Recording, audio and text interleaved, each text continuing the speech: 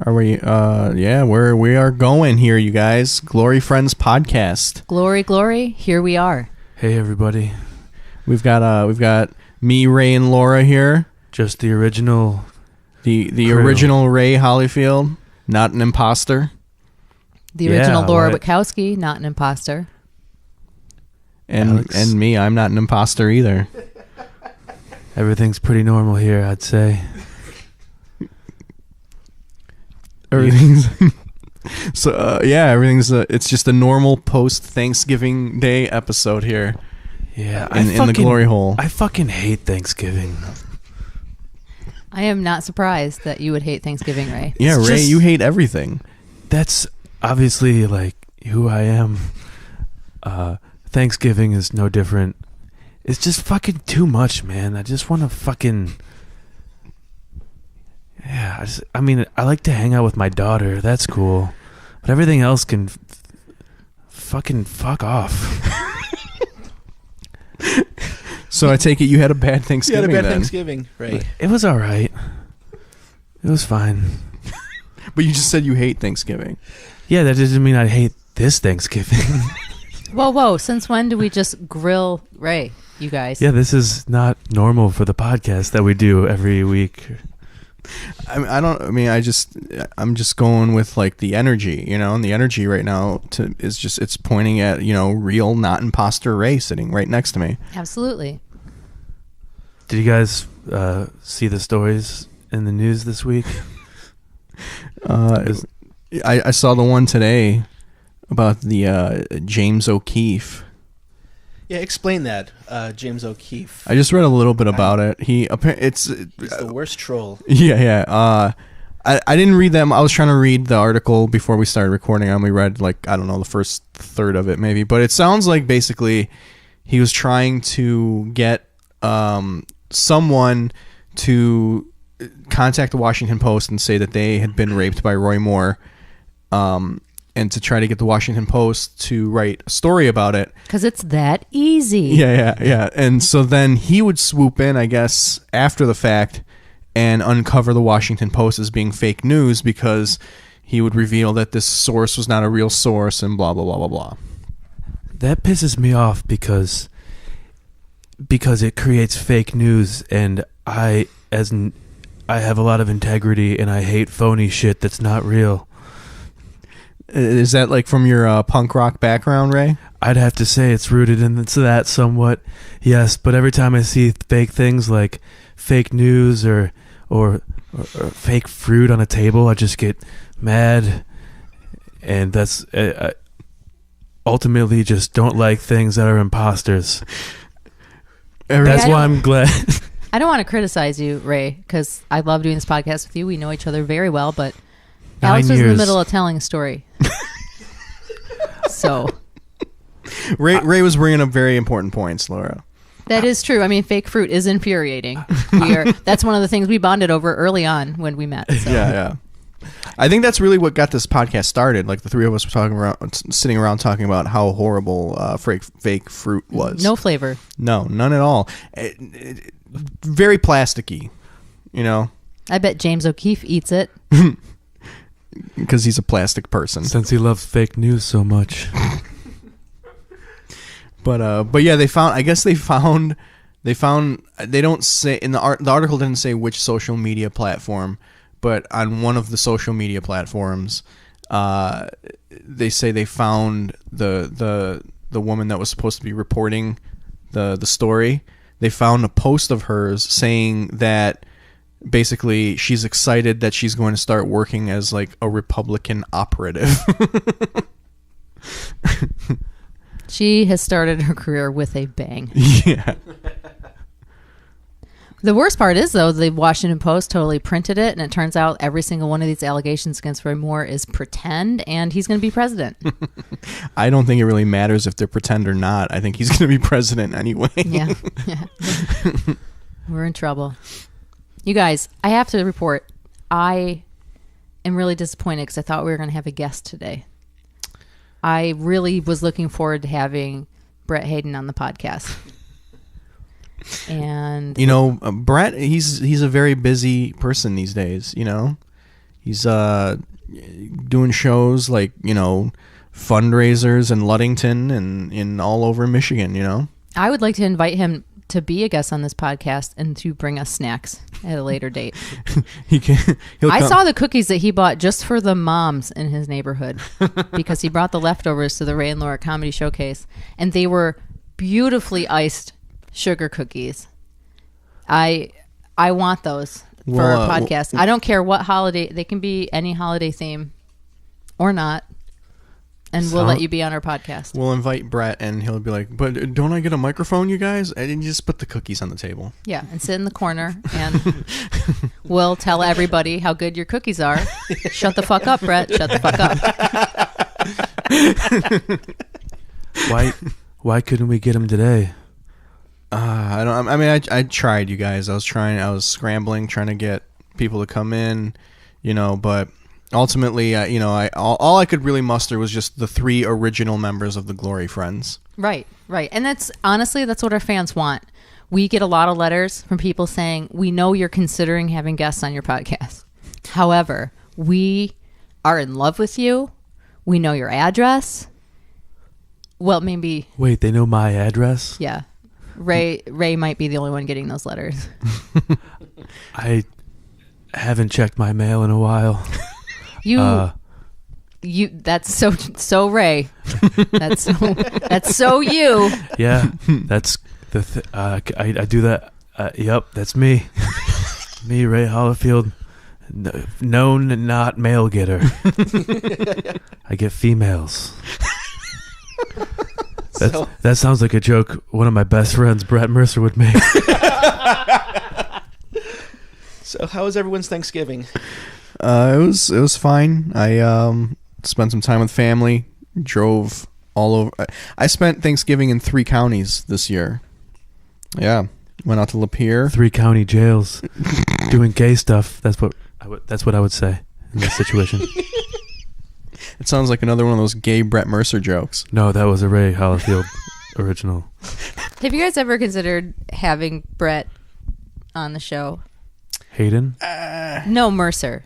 Brett Hayden can only be on the show if he brings us cookies. I mean, I thought about it, but like, he's on that other podcast, Ray's on that podcast too, though. Yeah, but that's the thing. We can't let them all coming in here hijacking our thing. We already got one. There's already one fox in the hen house. Okay. We can't let any more in. Well, how about this? What if, for some godly reason, we come across a day where Ray just can't be here? Because I heard that Brett Mercer does a pretty decent Ray Hollifield impression. Does he? That's what I've heard. I think if we were in a pinch. Ray, have you ever heard Brett's impression? Of me? Yeah.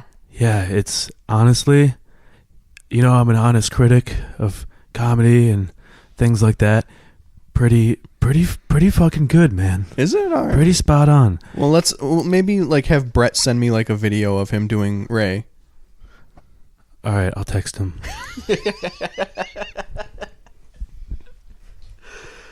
Oh. Wow, he already texted me back with a video. That is that's impressive. Professional. Yeah, that's very professional. Here, I'll pull up the video. Hey, big time. Hey, Glory Friends podcast. It's sorry for the bad quality of the video. I'm driving right now, but I just wanted to, I heard the request, and I'll always be there. I'm a professional comedian, and I live to entertain. So here's my Ray Hollifield impression, as requested by the Glory Friends podcast. One of my favorite podcasts, by the way, top 5. All right, and now Ray Hollifield. Hey guys, it's me, Ray Hollifield. You close your eyes, you can't tell.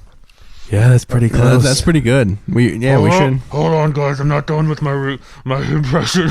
I know this is a video, and I couldn't imagine what would happen if that sank up with some kind of conversation you guys were having. Look, I've lost. I kind of got lost in that. I hope you guys enjoyed it. Thank you. Thank you guys so much for having me on the podcast. And all right, over and out. You guys have a good day. Call me if you need anything. I'm right outside the house. Can I give you guys my honest opinion? Please. Yeah. That fucking guy tries too hard. Yeah, I think it was a little too on the nose. You know, a little too on the nose. Yeah, I mean, If by Ray does sound exactly like Cookie Monster, so that was perfect. But come on, fucking reel it in. Yeah, buddy. yeah. I mean, a little too over the top. Are and you also, ever not on? Jesus Christ. And also, like, exhausting. I think the more essential thing than sounding like the person in an impersonation is actually saying things that person would say. You know, and I feel like that's kind of where that impersonation kind of fell apart. He said he was right outside, though. Do you think we should let him in the house? I mean, you guys are talking shit about him behind his back. All right, That's something Ray usually does on the podcast. It is. It is. We could really bring him in and hash this out. All right, maybe on we the should bring him in podcast. so he can at least like give his side of the story. I think that's fair. All right. That's fair. All right, let's Oh. let Brett in. Okay. Oh, hey guys. Hey, Brett. What's up, Brett? Could you stop throwing shit all over the floor? Yeah, no, Yeah, Jesus well, Christ. you know, We're I try trying to too hard record out here. here, so you know, I've been trying real hard to screw up your podcast. Brett, why would you do that? You know, why the fuck not? I mean, look, it's a bit. I'm always on. I haven't. What have you guys been talking about on the podcast, huh? You know, we were talking about like, you know, Republicans and stuff. Oh, don't get him started. Yeah, you said it, Ray. Don't get me started. The GOP, what does that stand for? Geez. Oh, Pete's. What a bad party. Ladies and gentlemen, I can't take it anymore. I think one of the things our fans expect from us is honesty, integrity, and better impressions. I was going to say that same thing. It's so crazy how in sync we are as a podcast. Yeah, we got real good chemistry. That's why we started this podcast. Okay, I'm the only one willing to come forward and say this. What are you talking about, Laura? What? Mike has been doing a Ray impression this entire time. God damn it. All right, Ray's running late. You know, he got stuck at work, so we had to kind of fill in. We didn't have, you know, any other guests. We asked Brett, but Brett got here a little bit late too. So, you know, we just thought maybe Mike could fill in as Ray for the beginning part until he got here. How did it go? I just walked in. How did it go? He was going. It was going really okay. well, Yeah, but it was now pretty good. I feel like there might be a situation here. Have you guys ever seen that cartoon with the frog who'll sing, "Hello, my baby, hello, my dog," unless somebody's looking at it, and then he won't. Mm-hmm. Mike's our frog. Michigan. Frog Gingineer right now. I don't think we're going to get a Ray impression. He's clammed up. He's clammed up. So now it's just me and Brett and Mike and Alex here Yeah. in the Glory Friend Zone. Yeah. Oh wait, is that a car outside? I think maybe Ray's fine. I think Ray got here finally. Absolutely. 100%. Our audience is going to buy this. So let's do it. You guys, this is Prairie Home Companion level radio work. I hope you understand. Well, wouldn't you know? It's Ray goddamn Hollifield. Ray! Shit, Ray's finally home. home. Come on Yeah. into your house. Hey. Hey guys, hope my house is treating you well. Yeah, it's been cozy. I got here. Your roommate Matt was drumming away his anger and aggression from the day.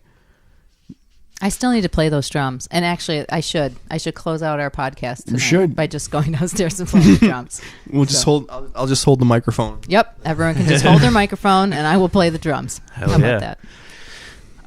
Everybody's now looking so forward to the end of this podcast. But wait, there's so much good stuff between now and then. I've lost the bit. I forgot who's who and who I am. And You're Brett. yeah. Okay. Yeah. Back Brett in. has been playing the part of Daniel Day-Lewis on our podcast tonight. Ray's at work. Okay. Well, I think Ray's you at know what. work. I think we need to really come clean though. It wasn't really Mike doing Ray, and Brett didn't get here late. Brett was doing Mike doing Ray. And I think that's why Brett's lost a bit, because he was so deep. I mean, it was layers deep. It was And an now- Inception level impersonation. And that is my Alex impression. What did you guys think of it? That was spot on. Because what you did, not only did you nail his voice, but you took something that had already died and just kept it going, pulled it from the brink and just made it keep going. Well, you did it perfectly. You know, I appreciate that, and I do try as best as I can. Some would even say too hard. Another really, I'm not trying to critique, but if you really want to nail Alex, bring something up and then forget the name of the book, movie, DVD, or special. That's classic Alex. That's good. That's good. That's better than an impression, like a complete synopsis in like 2 sentences, seemingly unprovoked. Oh my god. This is the episode where I try to get kicked off our podcast, making everyone hate me. Who's got hiring and firing power on this podcast? I do. You do? Yeah, which is why I'm just like, what are you guys going to do? I'm just going to be belligerent and mean and say horrible things? No. Are you going to pull a Franken and not resign? Only after she molests one of us. Oh, okay. Who wants to put on a Kevlar vest? Huh? Because I need that layer of protection if I'm going to touch the man boobs. Okay, but only if we do it. Was that a Kevlar? Like, when I saw that picture the first time, I thought she was duct taped to a chair. No, it's a Kevlar vest. Al Franken, come on. She's a sound sleeper. That's for sure. Oh, that's terrible. Yeah. So anyway, this fake news story, I was trying to rope it back in. I don't know. That was good. That was good. I don't. Professional. Like you said that the way she got caught was they saw her going into like the building of the news. Yeah, that's what I heard. The building of whatever that O'Keefe's guy's company is, and I guess they would like record their conversations with like the Washington Post or whatever and they would say things like, you know, here's my allegation. What do you think would happen if I came forward? Or like, what's your position on this? So they would try to catch them in some shit behind the scenes as well. Yeah. She just got caught walking into the building. Like, you know, be smart about it. Like, pull a newspaper over your head as you're walking in. Wear a fake mustache. Yeah, something. He's one of those people I try not to think about, this James O'Keefe character. Yeah. But part of me's like, okay, how many times does this have to not work for you to keep doing this? Then again, it seems like even the times it doesn't work, there's some fucking politician who's like pointing to him and the stuff he's done. So I don't know. I guess he doesn't really need enormous amounts of encouragement to keep being a piece of shit. What's his goal is what? To just undermine left-wing media? I suppose so. Or Democratic, whatever. It feels so good. I don't even understand. Like, why would, whatever. I don't get it. Yeah, that's his that's his whole thing, is to try to prove that conspiracy theories are real, but with a conspiracy? Yeah. Well, but he is notorious for like proving that it's actually false by trying to prove that it's real. All right, this is a whole Ray Brett situation. Like, which came first? Who's real? Who's not? I've mentioned this before, but I feel very hopeless. The fact that nobody seems to care like what's real and what's not real anymore. Like, particularly if it like fits your agenda, you're into it. Yeah. And I think liberals are more guilty of this than they think they are. And I think that pisses me off even more than when conservatives take dumb shit down a rabbit hole, because I expect that, I guess. Yeah. But liberals, you're not as smart as you think you are, and you're very good at picking the things that just fit your own agenda. Like, don't do that. That's bad. That's the thing that you don't like when they do. That's because I think there is an overwhelming like mindset where, you know, if you're just looking at the mediascape in terms of, all right, so I'm a liberal, I like CNN, MSNBC, it's easy to say, okay, Fox, this right-wing source, is completely biased and full of shit, so that's it. I don't really need to look to any other opinions. Mm-hmm. And so it just becomes that regurgitating, like, pat on the back cycle of, totally, I'm correct. Yeah. And then people say to me, well, I can't listen to NPR. It's so boring. It's so boring. I don't understand that, considering like every day when I wake up, like one of the first things they say at the top of the hour involves something like, there were no survivors, or largest mass shooting in history, or thousands are expected to starve. Like, how much I'm bored. This is so boring. Like Well, all these it's- calamities around the world. It's the NPR voice. There's no one like yelling at you. That's what the problem is. Like I suppose so. you listen to Rush Limbaugh and he's like screaming at you the whole time about how horrible liberals are and they want to eat your babies. I think that's what it is when they say NPR is so boring. I think you're probably correct, but that's the thing is it's not to me being yelled at is not entertaining or exciting. I'm just like fuck you and stop yelling at me. Well, but that's where we're at though. Like at work, I think I've talked about this before, but they'll ask me like how I'm doing, and I'll say I'm all right. And they'll look at me like I'm crazy for just being all right. Like I need to be outstanding through the roof all the time. Mm-hmm. And it's like, listen, nothing great happened today.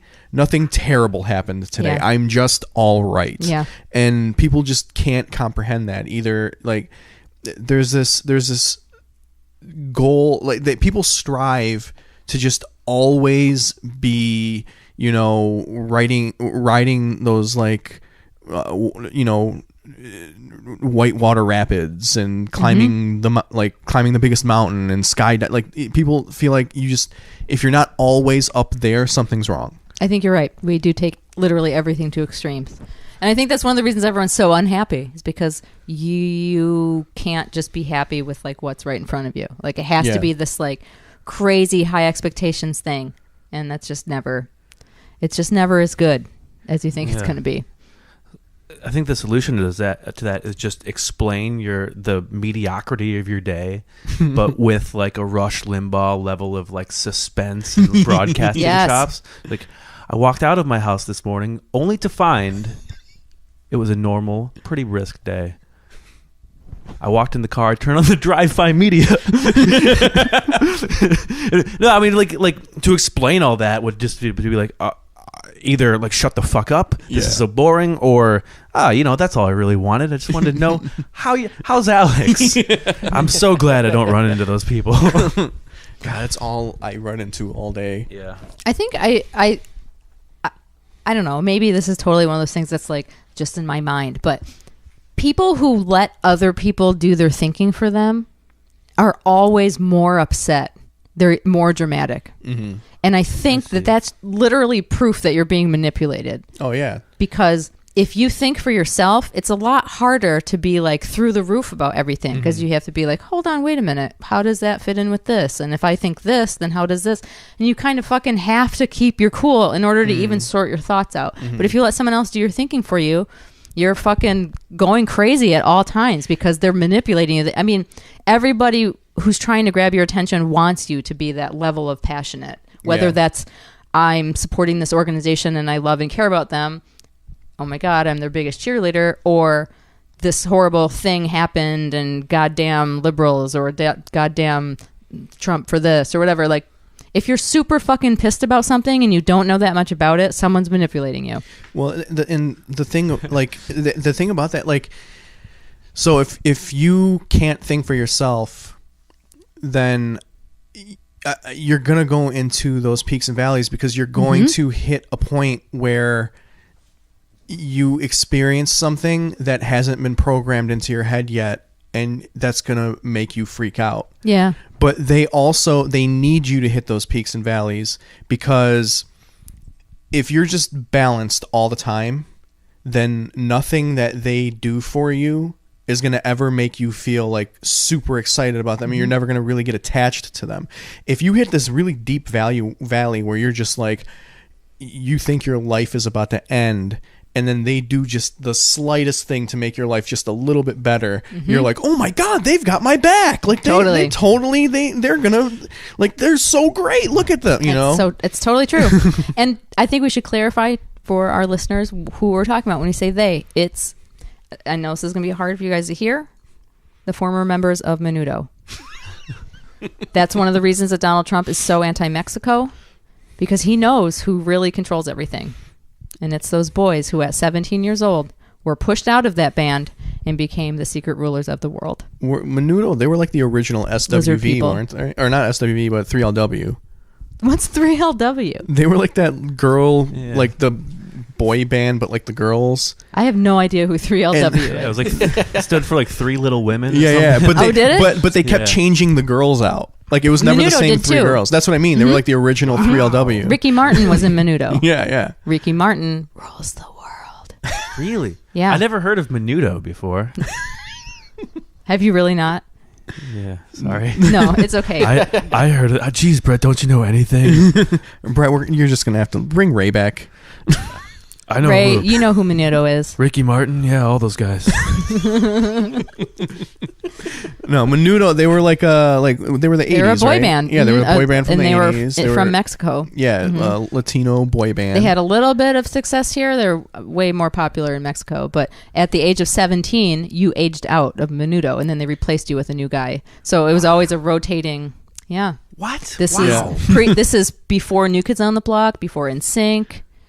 I know we're going way back. People way don't back. realize this, but Mexico wrote the blueprint for boy bands.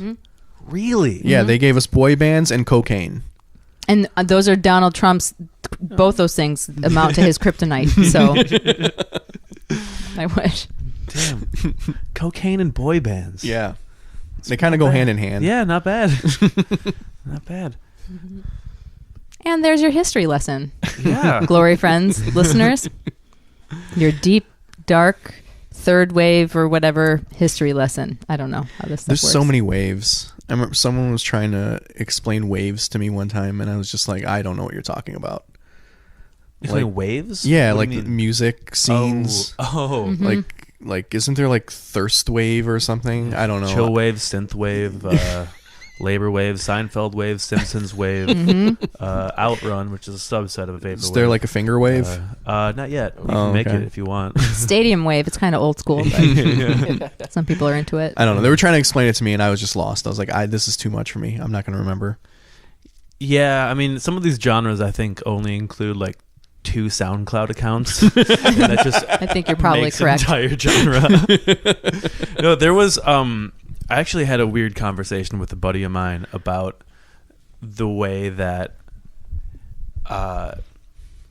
Well, there's a thing called Trump wave, and you can look it up, and it's like a genre yeah. of music. I think I actually Yeah. heard about this. Me too. And it's kind of co-opting memes.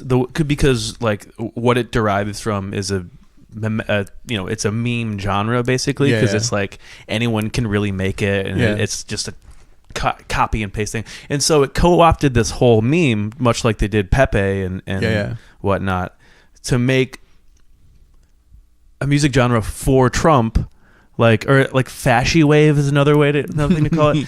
But it's antithetical to the whole reason that the genre exists. And there's also a counter movement called labor wave, which is like the socialist, communist version of this type of internet music. So politics. And you don't know anything about it, but you should be outraged. You should be Absolutely. really pissed off. So the Whichever side makes you the most mad is the side that you should be on. Or so instead not. of like picketing and rioting, it's just going to be a bunch of SoundCloud accounts like competing against each other. That's how we get justice in the future. Right. You have a cute little movement there, nice little grassroots kind of movement. No music genre yet though. Yeah. That's where I come in. Just pull out 4 keyboards. Come back when you're serious. Yeah. You know, I can't. You don't even have a guitar? Go fuck yourself. I open up like a briefcase that just has a laptop and a little MIDI controller in it. You're like, Yeah, if you will. I don't understand like all this uproar about Antifa. They don't even have a music genre yet. Yeah, I mean, if punk was good these days, it would be like, we're Antifa, we're Antifa core. Yeah, I don't know. What would their music sound like? Antifa? And just shattered windows. I don't know. I would imagine it would probably sound something like Run the Jewels. Or it would be like Meow the Jewels. Yeah. Are you? I just looked it up. There's no Antifa wave. I just No looked it up. Antifa wave. No, All right. not yet. Brett, you got something to do tonight. Yes, I do. Yeah, I was gonna go do stand-up comedy, but Instead, invent a music genre. Yeah, Antifa needs me. Yep. Yeah. You got a long night in front of you, Brett. Yeah, I want to make those chants that they do at protests, like the no Trump, no KKK kind of shit. Fucking trap remix of that shit. What do you guys think?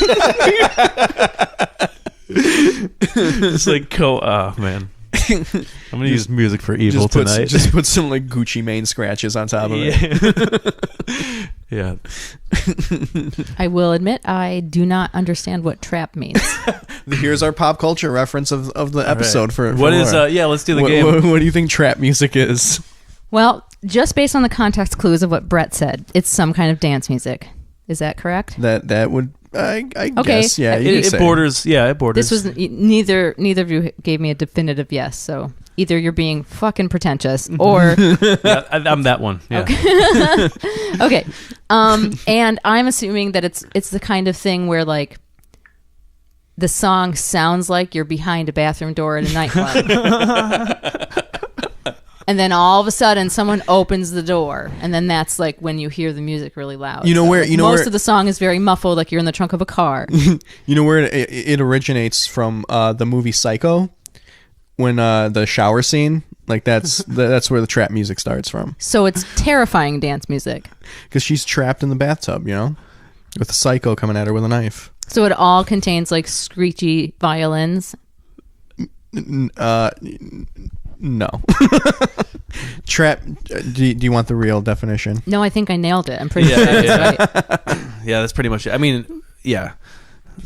I don't know at all. Sorry, people who laid the foundation for this type of music. It's been changed. Although it is very heavily dependent on sharp dynamics. Yes, it is. Which is, the thing that you explained with the door. So you're not far off based on context clues.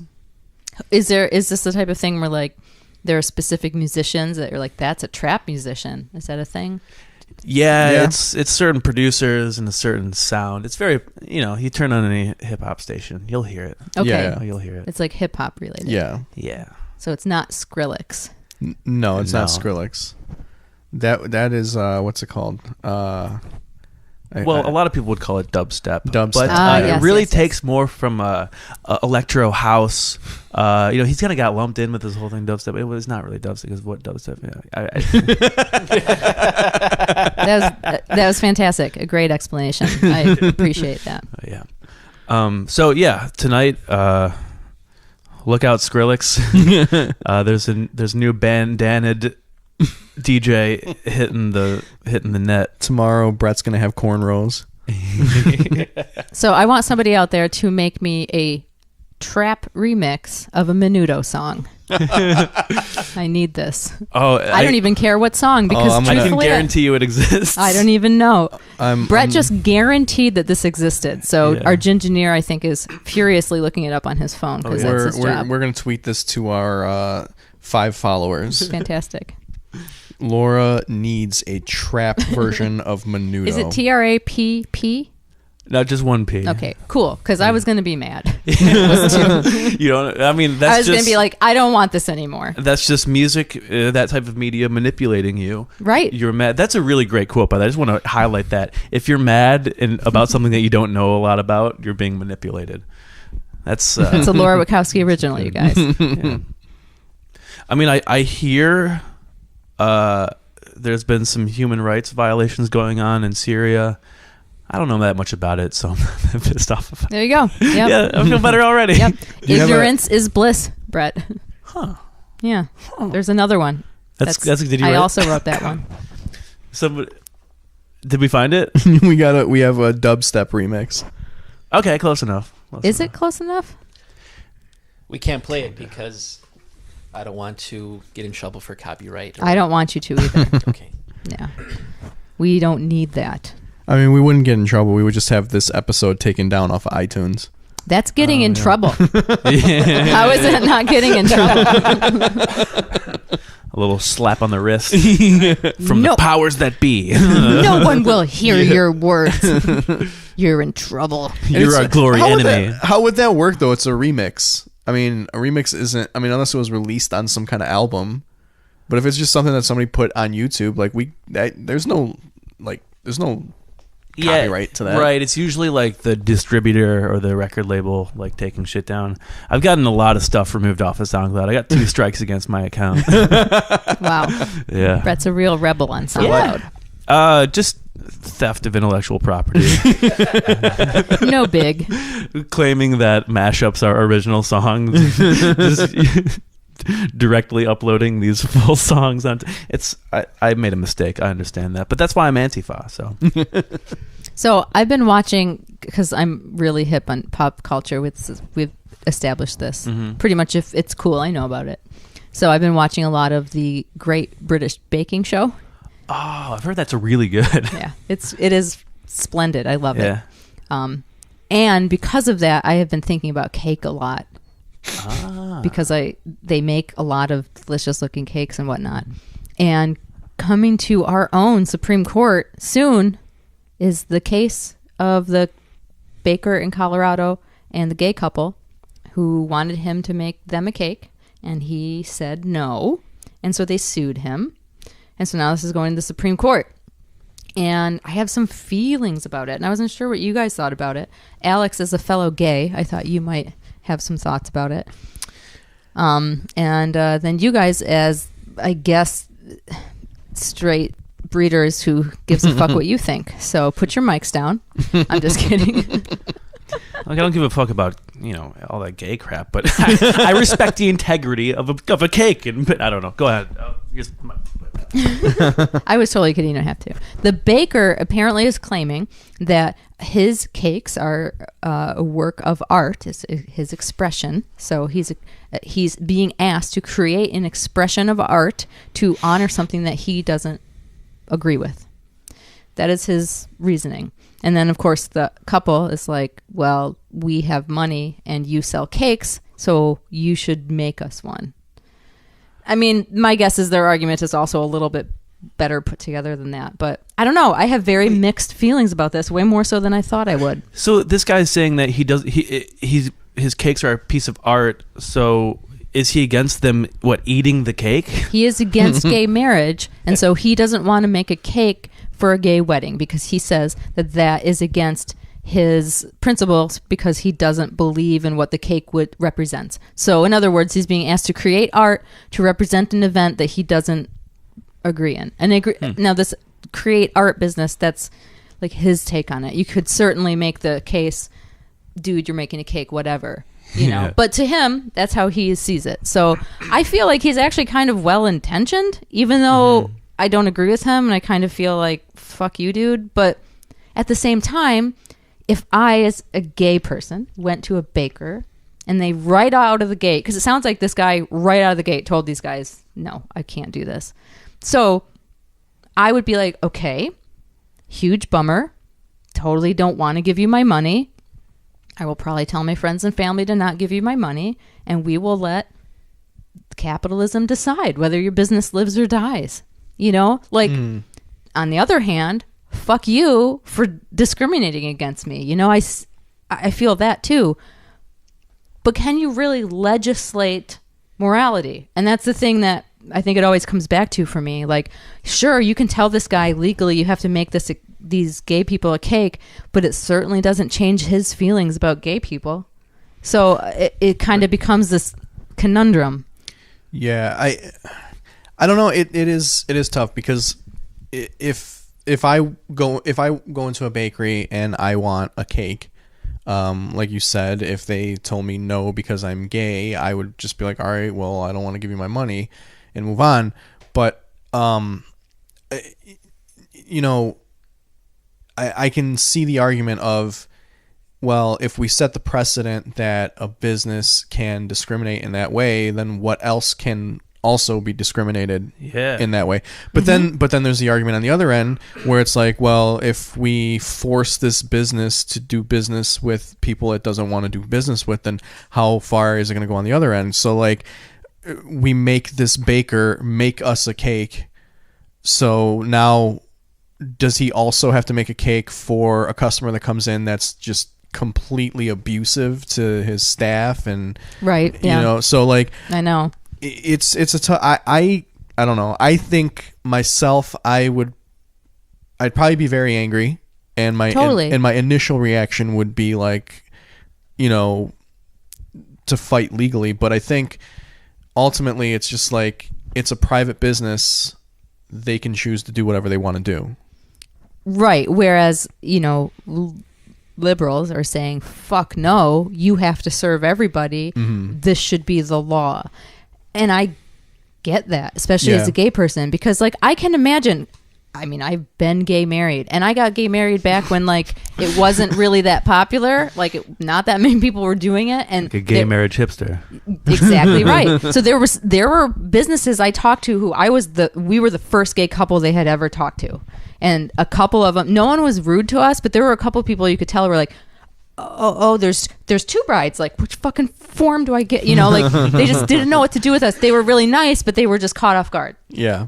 But I feel like if I had gone to one of those places and they were like, we can't do this. I would have felt horrible. Well, at the same time, my own grandma sent me back a reply card saying she couldn't come because it was against her views and that we were going to hell. She said it really nicely. You should take her to the Supreme Court. I know, right?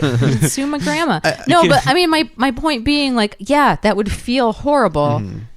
But by changing the law, I don't change that person's mind. And I think that's kind of where I get a little bit like, I don't know what the right thing to do is. And that issue, that issue is very deep rooted in American culture, because that's essentially what the Civil War was.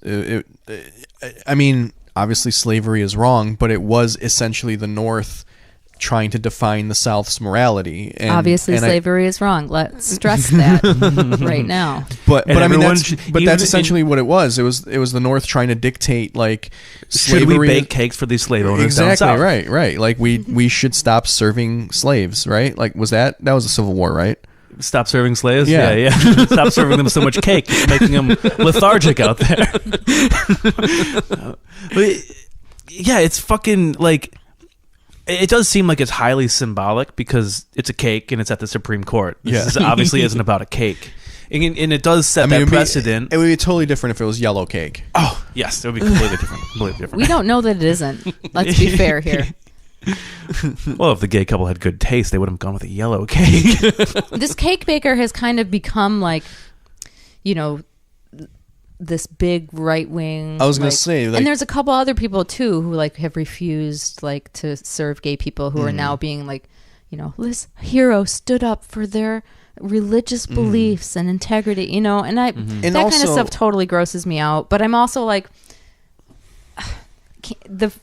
we care so much about capitalism in this country. That is our religion. You can claim that we're a Christian nation, we're a capitalist nation. If not, then Roy Moore and Donald Trump wouldn't even exist. That wouldn't be a thing. But we care way more about money than we do about anything. So free market decision making, like, okay, if your business wants to discriminate, cool. If enough other people think that sucks, you'll go out of business. I think and this is my concern, is I think part of it is liberals know that those businesses aren't necessarily going to go under, and like living in that world would also be horrible. So it's just kind of this gross, like, I don't even know what to do. Like, but I don't know. I think they would go under. I kind of think so too. But that's I think there's enough people in the middle now that businesses like that would go under. And I think that's kind of like where liberals kind of get caught up. Like, I think the left is still very much in the mindset of the 60s, where you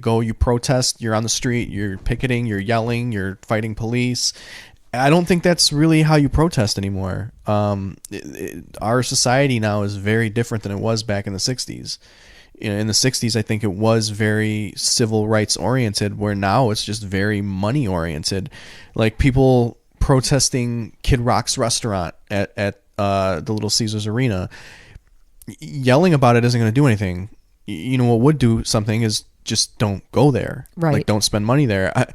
Honestly, I think spread the idea that you shouldn't because of these factors. Right. And spread, because it's like one person going like, I'll go down the street to someplace else, as opposed to a bunch of people getting like actively mad about this thing and just boycotting it. In the whole. If I was going to wink wink, if I was going to protest Kid Rock's restaurant, what I would do, black bloc, baby, throw a fucking brick through the window. I'm not trying to give anybody any ideas, but I'm just saying what I would do. I'm not going to, but what I would do is fill the restaurant with people who order an iced tea and then sit at the table for 5 hours.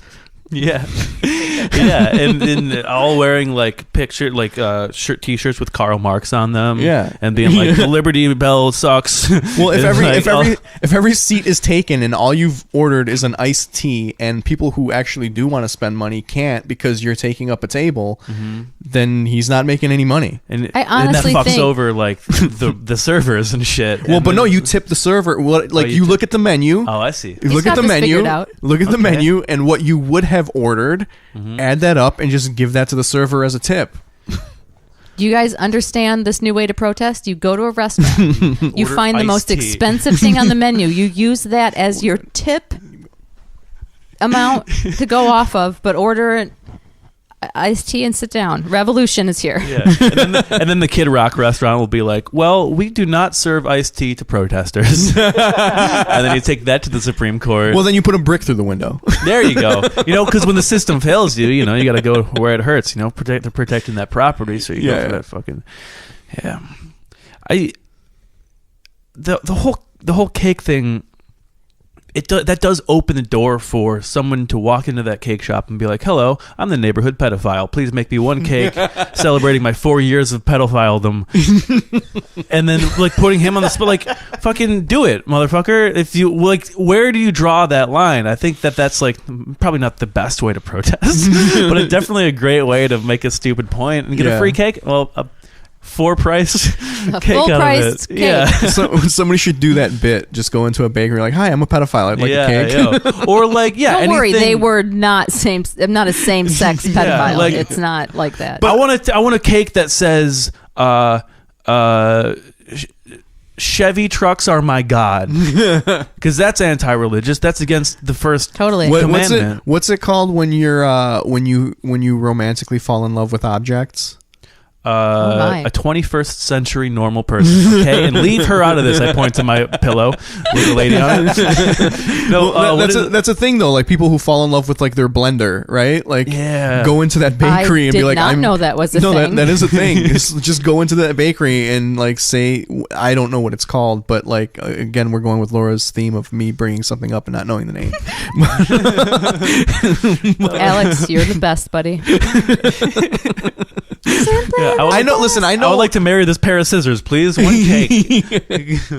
I just have me as a rock, and then the scissors right there, and we're signing papers for our marriage. So it's a little rock paper scissors theme. I think that'd be fun. I cannot do that. I don't know. But also, like, what are we fighting here? We're fighting cake. Like, how much worse is my life that this bakery won't make me a cake? Like, can we save these fights for important things? Well, I think that's because it becomes more than just the cake, because it's about a private business that now has the right to choose whether or not they want to serve someone based on this kind of thing. And that goes to like, healthcare and like fucking buying houses and shit. Anything that's not like government run, it's like anything that's a private corporation can be like, right, fuck off because you believe that unicorns exist or some shit. Right. And if you look at big corporations, who I think are the only driving force on this, because again, money, capitalism, huge companies for the most part, but very much speak the diversity language. Like they're all about it. And when people like Mike Pence and other idiotic politicians make laws that like make their states less accepting of gay people, it's those corporations that breathe down their necks. It's not everyday citizens. They could give a shit what I think. It has to be Apple being like, we're not going to open a store here. That flagship store is being moved to another state. Fuck you, or whatever. But the thing is, though, I think Apple has done... I mean, I'm not trying to like say Apple's a big socially conscious company. I mean, they're ultimately a multi-billion-dollar corporation and are evil. But like... I think for the most part, a lot of these places are doing that. Like with the whole trans, bathroom issue, a lot of businesses pulled out of North Carolina.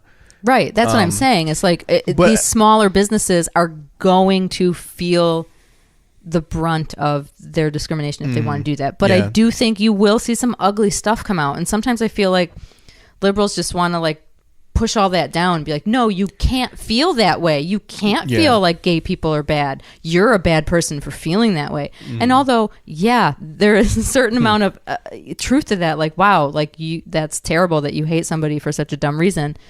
it doesn't change it. Just to be like, now that there's a law, I guess I'm fine with gay people. And I think I see that bubbling up a lot where people are like, it hasn't changed their feelings, and they just feel like, cool, we're spending all this time on this shit, whereas now everyone I know is dying of opioid addiction. And, it just, people I feel the hostility against gay people going up in instances like this sometimes, and that makes me really nervous. I think it also kind of like,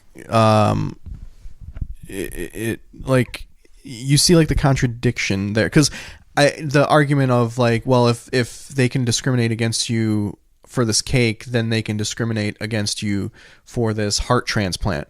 But like, I guess the question is that hospital publicly funded or is it privately funded? If I'm having a heart attack, do I have any say in which hospital I end up at? Probably not. It's terrifying. That's the problem. Some of them are private, right? And some of them are public. So it can't be like, take me to the one where they treat gays okay. I'm asking, honestly. We're going to get the rainbow helicopter. Although it's 4 states away near a coast. But I have gay cooties. Please treat me anyway.